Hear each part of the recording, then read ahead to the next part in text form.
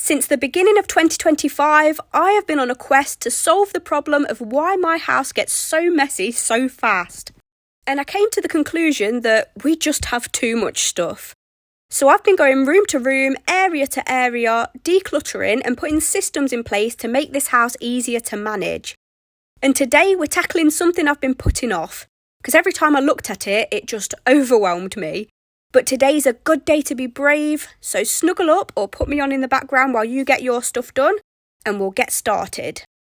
So this is the area we're going to be dealing with, this storage unit and everything that's been piled on top of it for months. This is my boys' room if you hadn't guessed. And there's paper everywhere, the clothes are just on the floor next to the drawers because the drawers are just already full to the brim. It's long overdue a declutter and sort out. So I'm going to start with the clothes first, and that's how I'm going to tackle this, bit by bit, in sections. This is how I deal with overwhelming situations. And to some people, it may not look overwhelming at all, but for some of us, this kind of stuff is just hard. It is. And this is why we get ourselves into these pickles in the first place. Because not only do we struggle to sort things when they become overwhelming, but we often struggle to prevent things becoming overwhelming in the first place. And the latter, the root cause, is what I'm trying to reduce by decluttering. I'm trying to prevent things becoming as overwhelming as often. And you know, things might be harder for some of us, but we can do hard things. So if you're the same as me, we can do it together. We can do this. I actually already have 3 episodes in this series so far.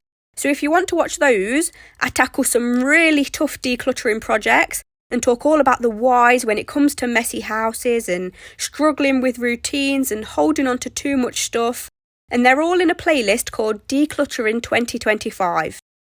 Anyway, in the past, I would have looked at something like this as a whole and been like, my brain cannot comprehend how or where to start. And so I wouldn't start.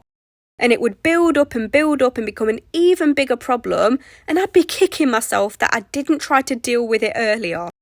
But now, I don't look at it in its entirety. I pick one small section, and then I pretend that's the only thing that exists. And it works.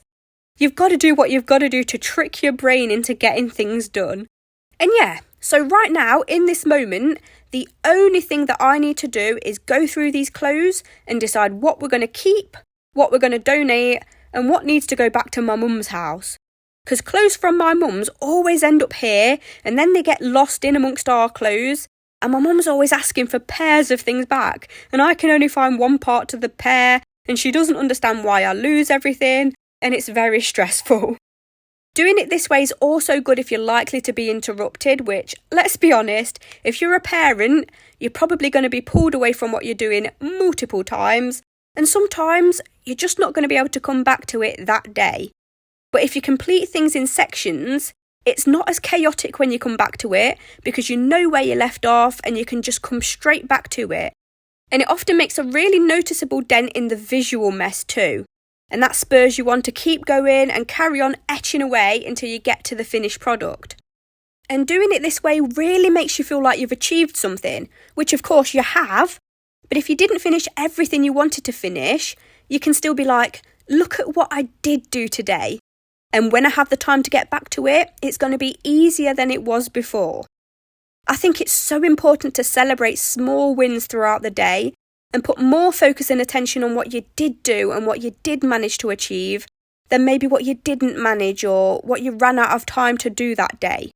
It's not productive in any way to think like that. It's just demoralising. And honestly, thinking that way chronically often leads to you thinking, what's the point? I'm not even going to bother. And then cycles of mess continue and things build up and you lose confidence in yourself. And believe it or not, this stems from a perfectionist mindset. The mindset of, if I can't get everything I want to get done, I'm not going to bother with anything or I'm a failure. And this is a mindset I'm working through myself. And it's with techniques like this and others that I've highlighted in my previous videos. But definitely a shift in outlook and perspective is vital because we're not robots. And no day is going to be the same. Some days are going to be unpredictable and we have to learn to relinquish control and roll with the punches sometimes. and just do what we can and allow that to be enough, rather than oscillating between trying to do everything or doing nothing at all, because neither of those things are healthy or good for our mental health. By the way, please excuse my voice in this video. I'm still really snotty. I've been really poorly. Okay, so now we've moved on to the top of the unit, and what I'm doing here is just grabbing a pile, sorting through that, and then grabbing another pile, and so on and so forth until the area's clear. The majority of the clutter on top of the unit is my son's drawings. He's a budding artist, he loves to draw, and you'll probably look at some of these drawings and think, these are very strange. But apparently this runs in the family, because all I used to draw when I was a child were monsters and different kind of creatures. I was obsessed with families too, so there'd always be monster parents and monster babies and a monster grandma. And I'd dream up all of these different looking creatures and create stories for them in my head. But yeah, same as my little boy, there was just paper strewn all over my bedroom and smushed into every single drawer. So what I started doing with these drawings last year is every year or every few years, I get a new folder and I put his drawings in, and then that keeps them safe and contained in one place. And we get to save them, and we can look at how his creativity and skills have developed over the years. I sometimes wish I could look back on my drawings from childhood. I still vividly remember some of them and how proud I was at the time. They meant so much to me, and drawing was such a huge part of my childhood because it was how I got to bring my imaginary world, which was basically where I lived, into the real world. I wasn't a very extroverted or social child at all. So I know throughout this whole series I've been talking about the importance and the benefits of decluttering and letting go, and what having less stuff in your home can do for your mental health, but some things are worth saving. It just might be that we need to find a better system or way to store them, rather than them being scattered about willy-nilly and causing us unnecessary stress. One of the best presents my dad ever made for my eldest was a recreation of a robot drawing he did last year. My dad's a very talented artist. It's in a frame on the side, let me show you. So this is what Rudy drew, and this is what my dad gifted him. Isn't that just the best present in the world? I know I showed it last year, but I'm going to keep showing it because I just love it. It's fantastic. Imagine being a child and having your drawings celebrated and brought to life though. Anyway, so I'm just popping the drawings in one by one, and honestly, this took as long as you can imagine it did. And in the past, it'd be the arduous task like this that put me off starting, or I'd do things like cut corners and put 10 sheets in one sleeve, or stop halfway through and tell myself I'll come back to it later. But I've learned over the last few years that one, chances are I won't come back to it, and that comes with its own set of problems, namely all my effort until that point becomes undone, because if things are left incomplete, it's more likely that doom piles and mess are going to creep back up. But two, I get such a sense of pride and accomplishment from following through on a task, because for so long, I was the person who could never finish a task. And so it means a lot to me that I don't break promises to myself.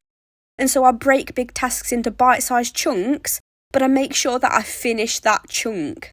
So yeah, I sorted through all the drawings that he'd done from the end of his 7th year up until now, and he's almost 9. And then I labelled the spine. And what I want to do this year is get a new folder straight away and add to it straight away, so that it isn't such a long drawn out task down the line. Anyway, next task is to put any puzzles I find into these little zip bags. I've seen loads of people do this on TikTok and YouTube over the years, but I never took the initiative to do it myself. But it is such a space saver because puzzle boxes can be so bulky. And these have got zips, so it means pieces aren't falling out everywhere, which is a big problem in our house. My youngest, he's 3. He absolutely loves doing puzzles, but he hasn't quite mastered the art of putting all the pieces back in the box when he's finished. He's more of a tip everything out and walk away kind of dude. So there's usually always a rogue puzzle piece in every room, or I'll find pieces that have been missing for months under the settee. And there's nothing more hideous than trying to finish a puzzle when you've lost a piece. Slight exaggeration there, but when you've lost as much stuff in your own house as I have, you'll understand the frustration. It's honestly become a given in this house that finding something is going to be stressful, and it's something that we need to carve out time for. And I don't want that going forward. I want our lives to be as carefree as possible when it comes to stuff like that. And so that's another reason I'm doing this, because I'm not just decluttering, I'm organising, I'm putting systems in place, I'm making sure everything has a home, and making sure that things are more predictable and less chaotic within our space. I've always wanted to be this spontaneous, carefree person, and to me it had to be all-encompassing.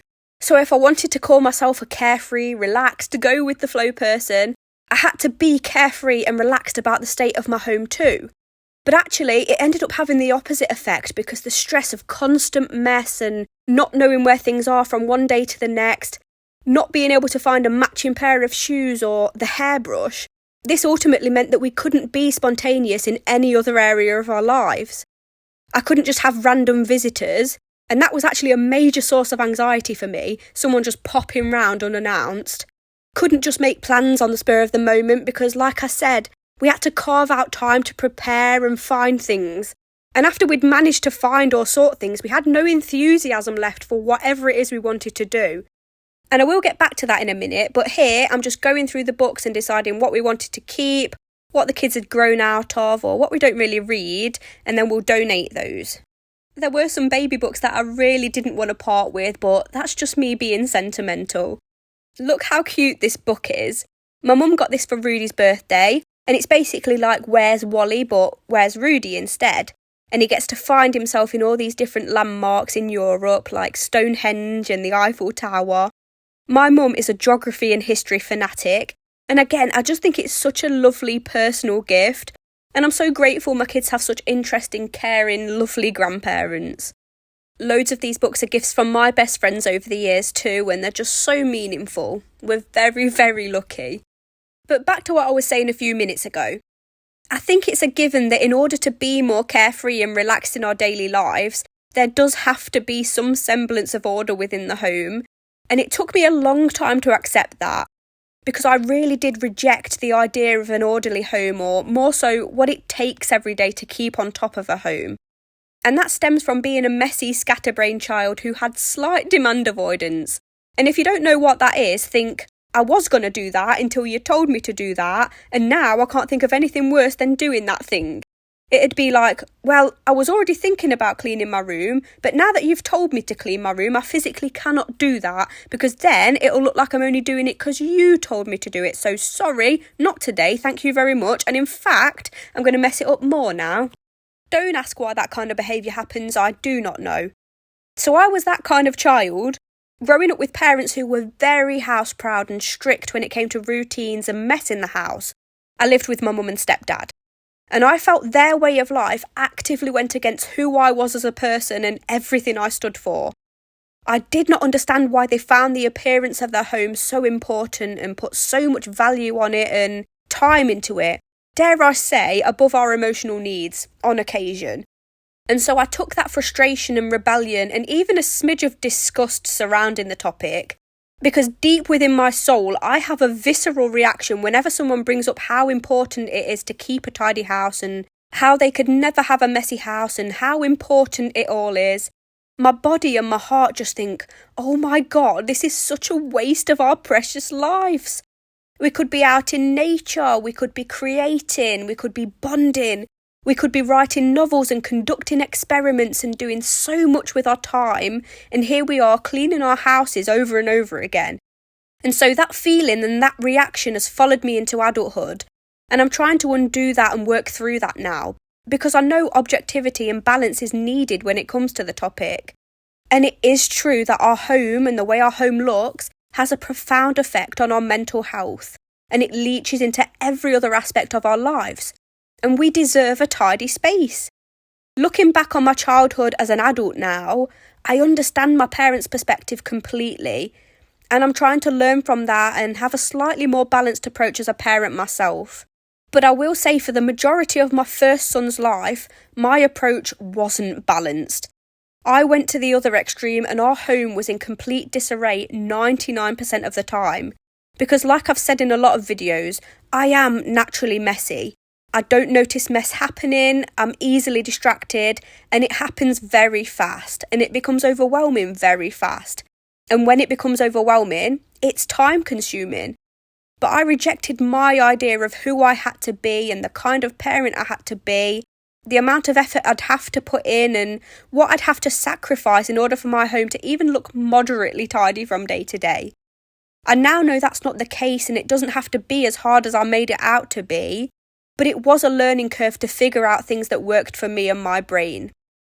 And so I make these videos which are centred around a topic that made me roll my eyes for so much of my life, how to keep a tidy house and struggling with messiness, with a very complex and nuanced opinion on the subject. It's not black and white at all, and it's not easy for everybody.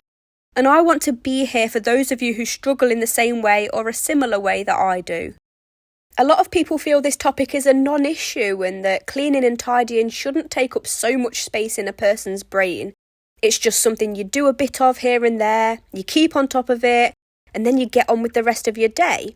But when you've struggled with keeping on top of things all of your life, and it's something that didn't come easy to you, you'll understand how all-consuming it can sometimes be, how much mental space it takes up from day to day.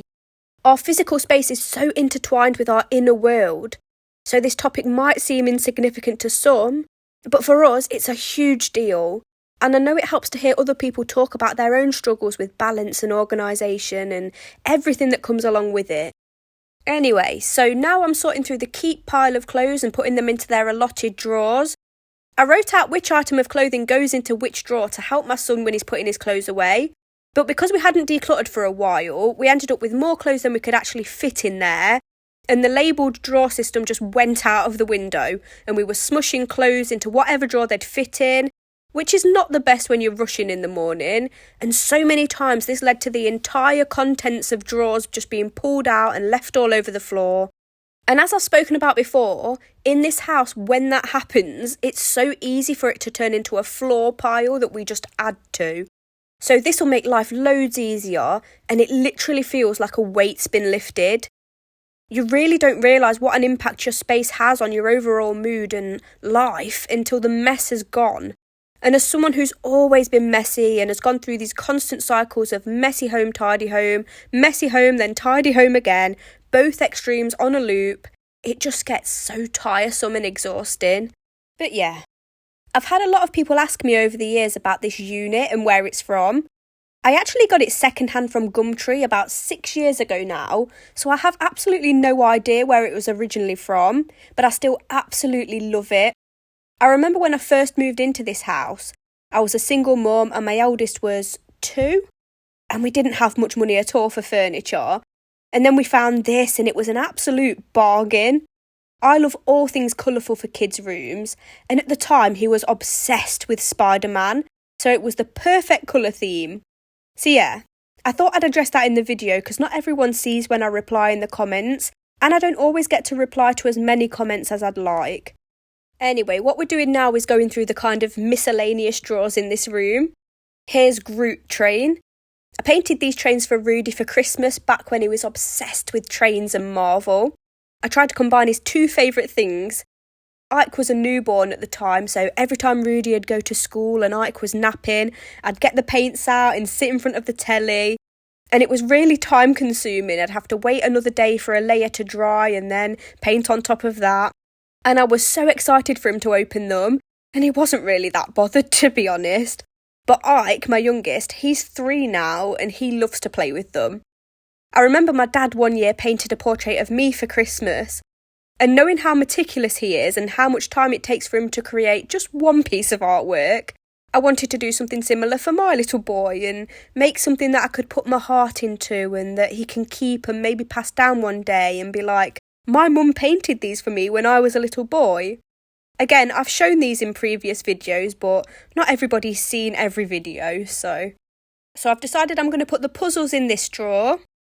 If you're wondering what that poster is, it's a quote from a show called The IT Crowd, which is one of Rudy's favourites. We like to fall asleep to comedy series in this house. I feel like it neutralises anything bad that's happened during the day. I used to do the same when I was younger, because I really love horror films, but I'd leave them feeling really unsettled, and I'd have to put like Wallace and Gromit on or Come Dine With Me, because it just cancels it out and it brings you back down to earth. But yeah, back to what I was saying about cycles of messiness. You eventually get to the point where you're like, either I find a way to stop these cycles from happening, or it's going to get to the point where I accept defeat and I just let the mess take me. And I can't let that happen. I'm not one to be defeated. I always want to find the solution to any issue, and I'm always going to try and try again. But this idea that keeping a tidy space is easy for everyone, and I know I keep going on and on about this, but it just isn't true. There's so many factors that come into play, and that's not me saying that because it's hard we should just allow our spaces and our lives to become chaotic, because it's not good for us. But what I am saying is we should always try to be kind to ourselves and others, take time to understand the root causes of these things, and find solutions that are tailored to our particular brains and circumstances. It's not a one-size-fits-all solution for everybody. If you're one of the people who like to listen to what I'm saying while you get your stuff done, but you don't often look at the screen, what I'm doing now is cutting up puzzle boxes and sticking them onto the zip bags so we know which puzzle's which. This box actually had 4 puzzles in one, and thank God for Charlie, he'd separated them and put them into little plastic bags, and I didn't know he'd done that until I opened it. He's a good egg. To be honest, we hadn't seen or played with this box of puzzles in months because they were under all of the clutter, and this is a cycle I'm determined to break in this house. Things getting so cluttered that they're no longer functional and we can't find anything, or we're too scared to disturb the pile and make more mess, so we just don't bother. This kind of stuff often happens to the point that it impacts our daily life and hinders routine. There's my son laughing in the background, the joys of doing voiceovers in your house. But yeah, as so many of you know, routine is something we already struggle with in this house, so we need to make routine as easy to nurture and stick to as possible. I am very scatterbrained and forgetful. I struggle with something called executive dysfunction, which means I often procrastinate and freeze when I find something stressful or feel like it's going to take a lot of effort or time. And very often, like I said in another video, these things turn out to be really simple and things I could have gotten done in a very short space of time, but it doesn't always feel that way in my mind. I also don't always put things back where they're supposed to be, especially if my space starts to feel overwhelming and cluttered. Like I said earlier on in the video, me and the rest of the family tend to just add to the clutter and the piles rather than just sorting the thing then and there. And this leads to this cycle of huge messes, big whole house cleanups that take up entire days, telling myself I'm never going to let it build up again, and then one bad day or busy day or one day of letting things sit out on sides and it's chaos again. And I've gotten to the point in life where I don't expect perfection from myself. I don't expect myself to put things away every single time without fail, because that's just not how my brain works. I get distracted, and I can either beat myself up about it and hate myself for the way I am, or I can figure out other solutions that keep the mess to a minimum. And so if you're anything like me, decluttering is key, and so is setting up your space in a way that allows you to succeed at keeping it as tidy as possible. And I'm not talking about show home tidy, just tidy enough to help you feel content and on track. So I need lots of visual cues and reminders around the home, I need things to have a home, and I need things to be simple and accessible in order to be able to make certain things more likely to happen. Take episode 3 of this series, for example, where I decluttered my bedroom cupboard. My storage baskets were in shelves pushed all the way to the back of the cupboard. So 1, I couldn't see what was in them. Remember, I'm a visual person who often forgets I have things if I don't see them all the time. But I'm also short, and I was having to reach really far and reach over things and just struggle to get to things that I needed to get to every day, like my moisturiser and my hairbrush. And this led to me essentially giving up and pulling out all the baskets and just throwing everything into the cupboard. So now, all of the baskets are laid out in a way that I can see what's in them and I can reach them. And it might not look as aesthetically pleasing, but I've learnt that in the home, function is usually better than aesthetics, especially if you can't keep up the appearance of the home because of it. Some people can maintain a particular standard, some people can't. And I'm one of those people who can't. So I need to prioritise functionality and settle for the setup around the home not looking as perfect as I wished it would. Things out on sides, for example. I have to have things out on sides so that when I walk into a room, I remember to do a certain activity, like keep up with my hair oiling routine. Because after I had Ike, my postpartum hair loss was awful. So there are lots of things out on size in this house at all times, and I wish our home could look neater, but paradoxically, because things are out on size, reminding us to stick to routines, it means that overall the house stays tidier. Does that make sense? Probably not, but it makes sense in my own head. This particular build-up happened because of Christmas time, and I spoke about this when I decluttered the toys in, I think, episode 2 of this series. But getting an influx of new presents from a lot of different people, as lovely as it is, can impact the way this home functions for months. And I mean months. After Christmas, I always feel like I'm treading water with the house. It always feels like I've taken 10 steps back with my progress and keeping on top of things, and it's just demoralising. Especially the prospect of this happening every single year. Finally feeling like you've got a handle on things, and then in flows a ton of new stuff that you need to find homes for. So I'm really trying to cut back on the amount of stuff we allow into the home, because more stuff doesn't necessarily mean a better life, and it can actually be the opposite. So I'm really going to try and be firm with my boundaries, and if family members decide to ignore my pleas to reduce the amount of stuff bought, I'm going to say, wow, that is so lovely, and the kids are going to love playing with it every time they come to visit you. It's funny how people's reactions and demeanour quickly changes when they realise they've got to hold on to the stuff, and they've got to find space for it in their home and add it to their mental load. It seems to be all fun and games and not a big deal until then. Anyway, this cupboard wasn't as bad as I was expecting. I just had a little shuffle about and got rid of a few toys and books that haven't been used in over a year.